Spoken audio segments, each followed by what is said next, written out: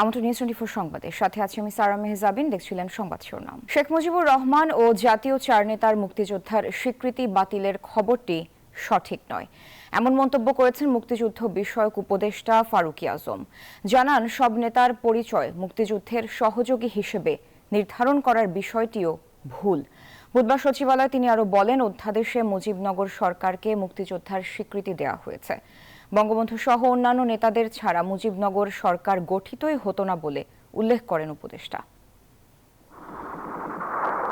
স্বাধীনতার ৫৫ বছর পর মুক্তিযোদ্ধা সংজ্ঞা নিয়ে নতুন বিতর্কে অন্তর্বর্তী সরকার। মঙ্গলবার রাতে বীর মুক্তিযোদ্ধাদের সংজ্ঞা পরিবর্তন করে জাতীয় মুক্তিযোদ্ধা কাউন্সিল সংশোধন অধ্যাদেশ ২০২৫ জারি করে আইন মন্ত্রণালয়।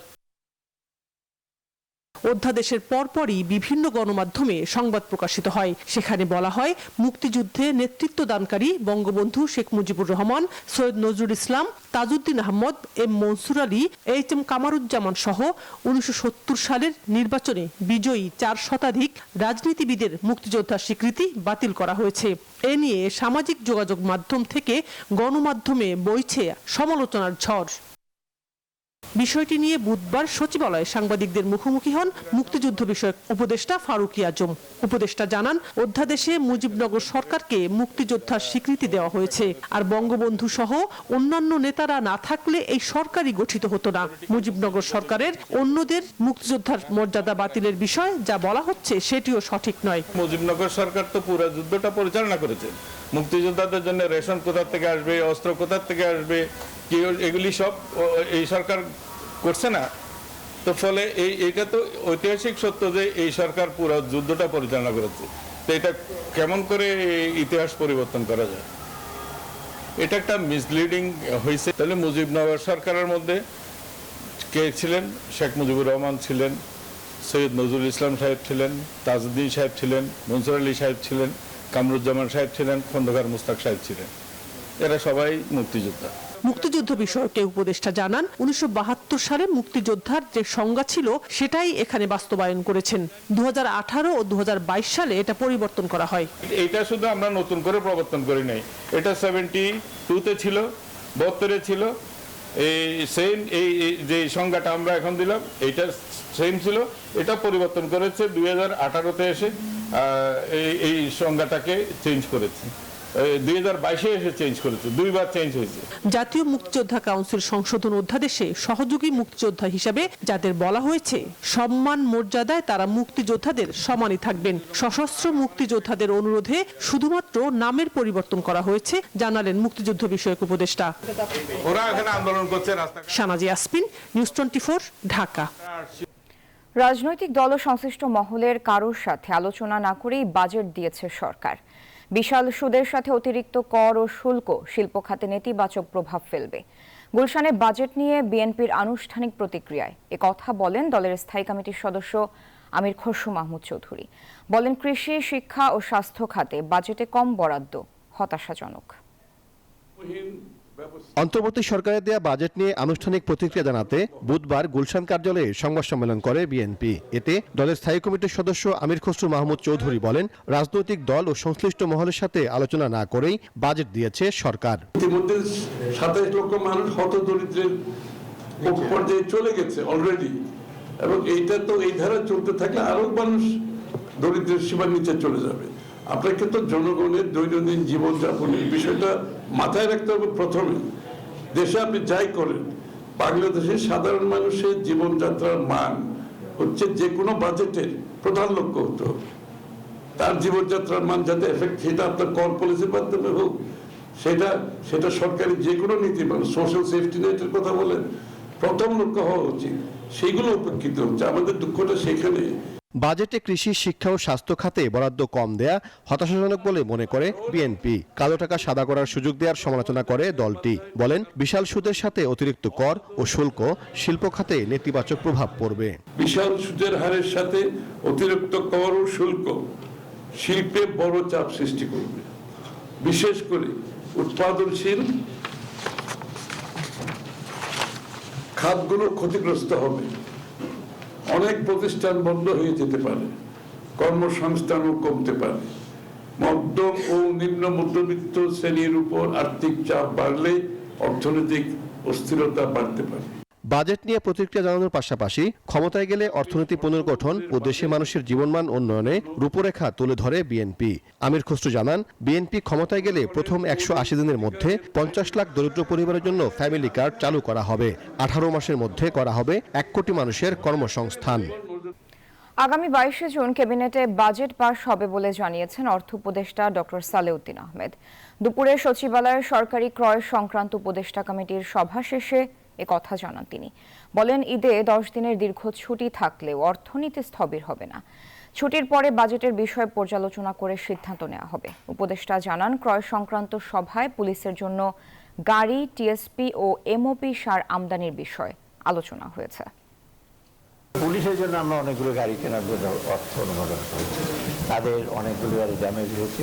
আর পুলিশের জন্য একটা বিশেষ একটা জায়গা আমরা বলেছি, ঢাকার দূরে, ঢাকার কাছাকাছি তারা হাউজিং বা একটা কমপ্লেক্স করবে, সেটা আমরা বলেছি। হোম সেটার উনি প্রপোজাল দিলে সেই জায়গাটা তাকে অ্যালট করবো। 2025-26 অর্থ বছরে প্রস্তাবিত বাজেট ফেল করবে বলে শঙ্কা প্রকাশ করেছেন ব্যবসায়ী নেতারা। তাদের অভিযোগ, বাজেটে কর্পোরেট কর হার বৃদ্ধি, রপ্তানি প্রণোদনা বাতিল ও ব্যবসা পরিচালনার খরচ বৃদ্ধি পাবে, যা বেসরকারি খাতের উপর অতিরিক্ত চাপ সৃষ্টি করবে। বলেন, অর্থনীতি পুনরুদ্ধারকে গুরুত্ব না দিয়ে বাজেটে রাজস্ব আয়কে প্রাধান্য দেওয়া হয়েছে। শিল্প প্রতিযোগিতায় টিকে থাকার রোডম্যাপ নেই বলেও দাবি তাদের। রিয়াদ সুমনের রিপোর্টে দেখুন বিস্তারিত।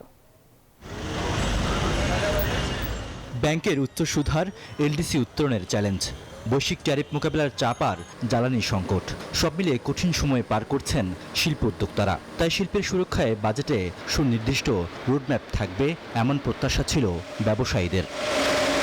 তবে প্রস্তাবিত বাজেটে সেই আকাঙ্ক্ষা পূরণ হয়নি বলে মন্তব্য বিটিএম-এর সভাপতি। বলেন, বিনিয়োগ বান্ধব হয়নি এবারের বাজেট।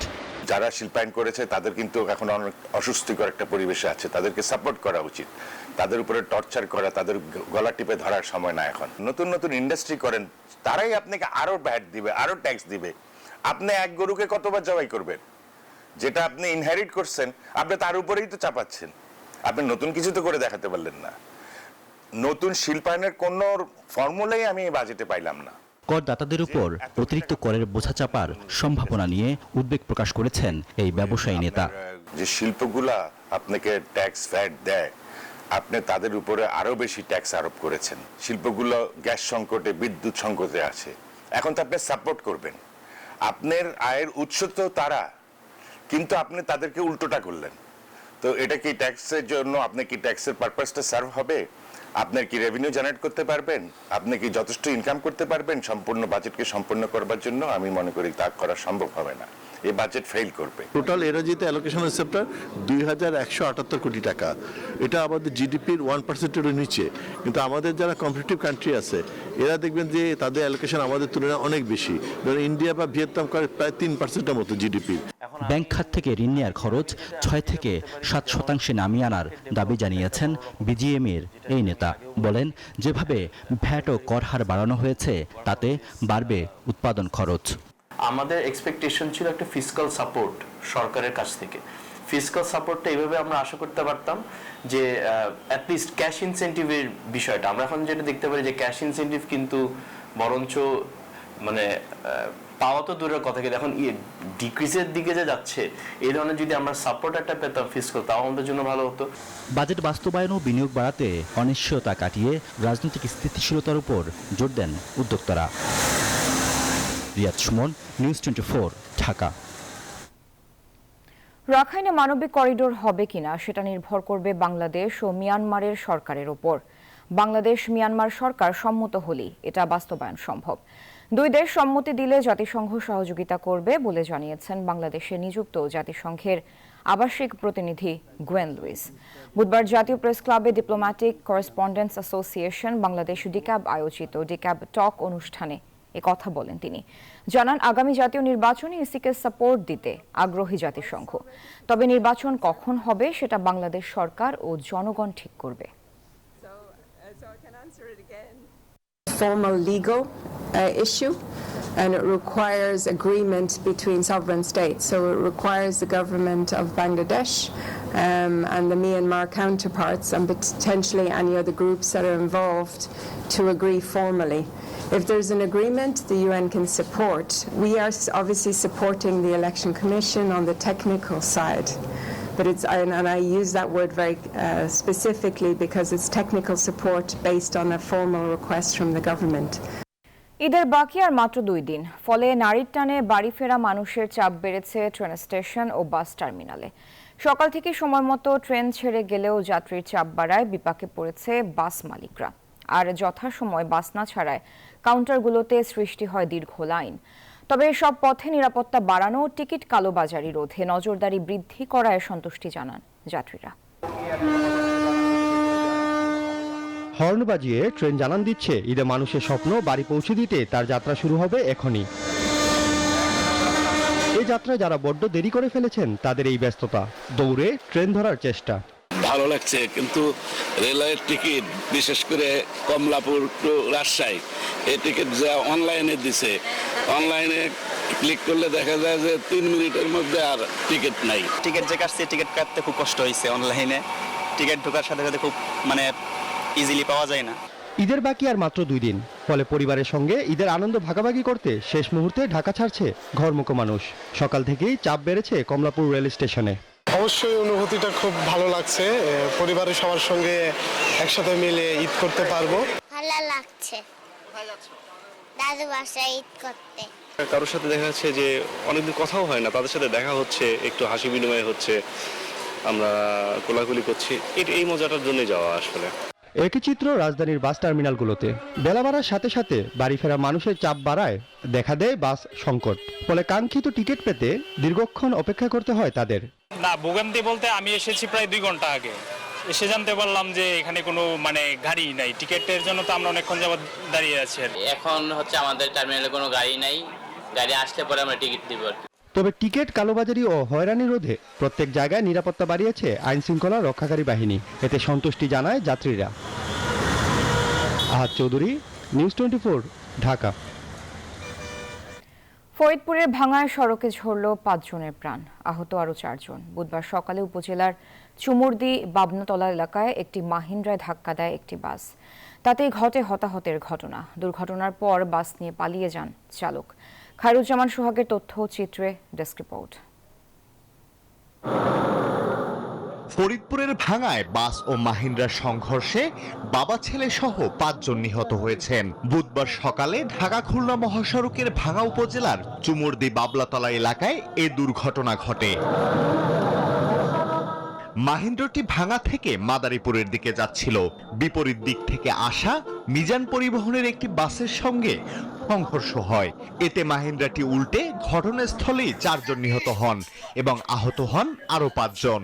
আহতদের উদ্ধার করে ভাঙা উপজেলা স্বাস্থ্য কমপ্লেক্সে ভর্তি করা হলে সেখানে একজন মারা যান। টাকারহাট গরু কিনতে যাওয়া হচ্ছিল, এরপরে অ্যাক্সিডেন্ট করছে, বড় গাড়িতে মাইরা দিছে। আমার বাড়িতে এখন 3 জন মারা গেছে, আমার আব্বা, আমার ছোট ভাই, আমার ছোট ভাই। আমাকে ভিড়টা যত না দেবে, এইভাবে যত আমরা কি করি এই মানুষ মারা ফেলবে না। গুরুতর আহত 4 জনকে ফরিদপুর মেডিকেল কলেজ হাসপাতালে ভর্তি করা হয়েছে। 4 জনের অবস্থা মুমূর্ষ ছিল। সেই মুমূর্ষ 4 জন রোগীকে প্রাথমিক চিকিৎসা শেষে আমরা উন্নত চিকিৎসার জন্য ফরিদপুর মেডিকেল কলেজে পাঠিয়েছি।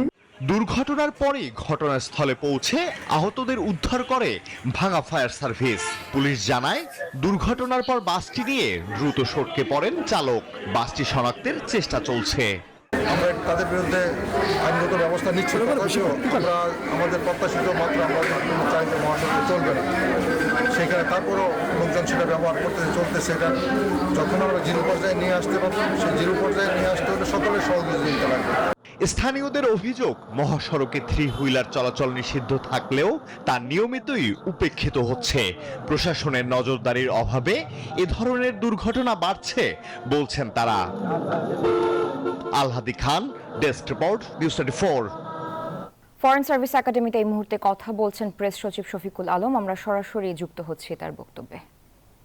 আমরা 7টা চ্যাপ্টার আমরা জনসম্মুখে আমরা রিলিজ করতে পারবো এবং প্রফেসর ইউনূস গুম সংক্রান্ত কমিশনকে বলেছেন তারা যেন তাদের একটা ওয়েবসাইট করেন। সেই ওয়েবসাইটে যেগুলো পাবলিশেবল প্রত্যেকটা জিনিসই দেওয়া হবে। আপনারা এখন বেশি যখন ওয়েবসাইটটা হয়ে যাবে আপনারা ভিজিট করতে পারবেন, দেখবেন কতটা ভয়ানক রকমের এটার বিস্তার পেয়েছিল।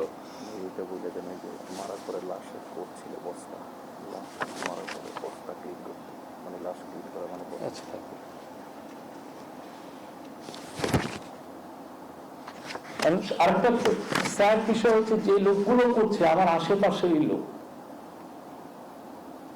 আমাদের আশেপাশে। হয়তো আপনি আমাদের মধ্যে হয়তো কেউ আমাদেরকে আবার আমরা হ্যাপি বার্থডেও জানাচ্ছি, এমন সব লোক এই কাজগুলো করেছে।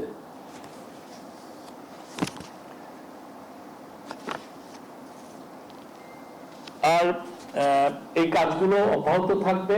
এই ট্রুথ প্রফেসর ইউনূস বলেছেন, সবাইকে বলেছেন যে এই ট্রুথটা সবাইকে জানাতে, কি ঘটনাগুলো ঘটেছে এটা বাংলাদেশের সবার জন্য জানা উচিত।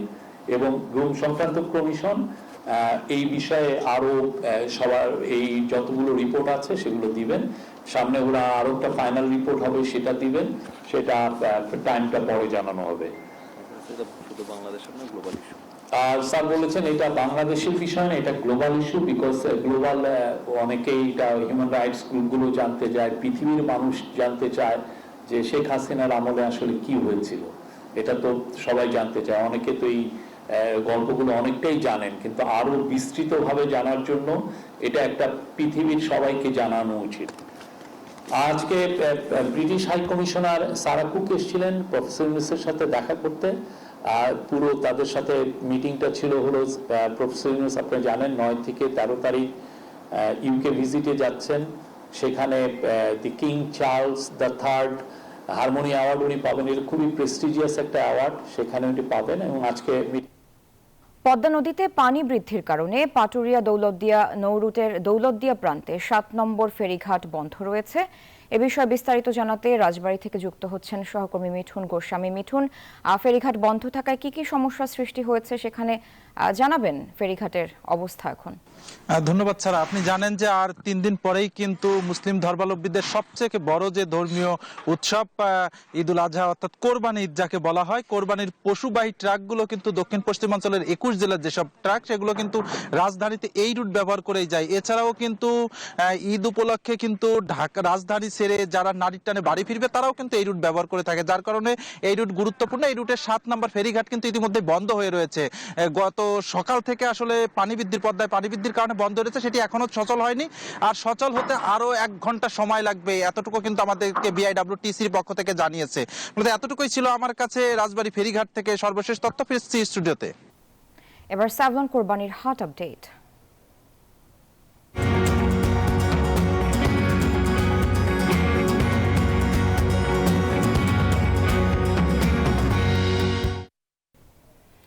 কোরবানির পশুর হাটের খবর জানবো এবং জানাতে 300 ফিটের পশুর হাট থেকে যুক্ত হচ্ছেন সহকর্মী জুবাইর সানি। সানি, ঈদের বাকি আর মাত্র 2 দিন, তো এই মুহূর্তে কেমন চলছে হাটে বেচা কেনা এবং দাম নিয়ে ক্রেতা বিক্রেতারা কি বলছেন?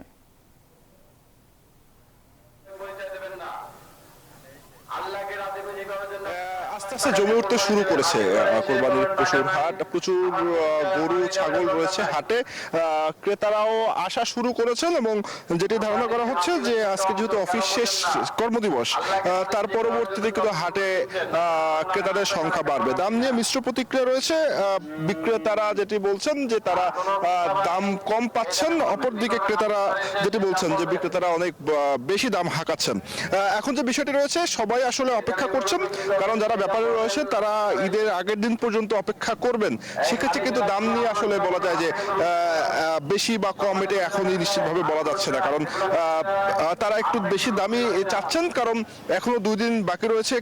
ক্রেতারা আসবেন এবং তার পরবর্তীতে যে গরুর দাম সেটি আসলে বোঝা যাবে যে কিরকম। কিন্তু এখন পর্যন্ত যেটি মনে হচ্ছে যে দুই পক্ষই আসলে মিশ্র প্রতিক্রিয়া। কেউ বলছে, ক্রেতারা বলছেন যে গরুর দাম অনেকটাই বেশি, আর বিক্রেতারা বলছেন যে তারা খুব বেশি দাম পাচ্ছেন না। তো এই হচ্ছে গিয়ে হাটের পরিস্থিতি। তো এখন আগামী যে 2 দিন রয়েছে সেই 2 দিনে কি পরিস্থিতি দাঁড়ায় সেটি দেখার বিষয়। তো সারা, এই ছিল আমার কাছ থেকে গরুর হাটের সর্বশেষ তথ্য। সানি, ধন্যবাদ যুক্ত হওয়ার জন্য। জীবনে প্রতিদিন প্রতি মুহূর্তে জীবাণুমুক্ত থাকার কন্ট্রোল হাতে রাখি বলেই আমরা নিশ্চিন্ত। সাভলন, জীবাণুমুক্ত প্রতিদিন। সৌদি আরবে জিলহজ মাসের চাঁদ দেখার পর শুরু হয়েছে পবিত্র হজের আনুষ্ঠানিকতা। বিশ্বের লাখো হজযাত্রী মিনায় অবস্থানের মধ্য দিয়ে হজের প্রথম দিনের কার্যক্রম পালন করছেন। এরপর আরাফাতের ময়দানে মূল পর্ব, মুজদালিফায় রাত্রি যাপন এবং শয়তানকে পাথর নিক্ষেপ সহ বিভিন্ন আনুষ্ঠানিকতা সম্পন্ন হবে হজ। এশিয়ান কাপ বাছাইয়ের গুরুত্বপূর্ণ ম্যাচে 10 জুন সিঙ্গাপুরের মুখোমুখি হবে বাংলাদেশ। আর এই ম্যাচের প্রস্তুতি হিসেবে আজ ভুটানের বিপক্ষে মাঠে নামছে জামাল হামজারা। সেই সঙ্গে ভুটান ম্যাচে দেশের মাটিতে প্রথমবারের মতো লাল সবুজের জার্সি গায়ে দেখা যাবে ফাহমিদুল ইসলামকেও, এমনটাই জানিয়েছেন কোচ হাভিয়ার কাবরেরা। অন্যদিকে ভুটানের অধিনায়ক মনে করেন দক্ষিণ এশিয়ার সেরা দল বাংলাদেশ। থাকার জন্য ধন্যবাদ সবাইকে।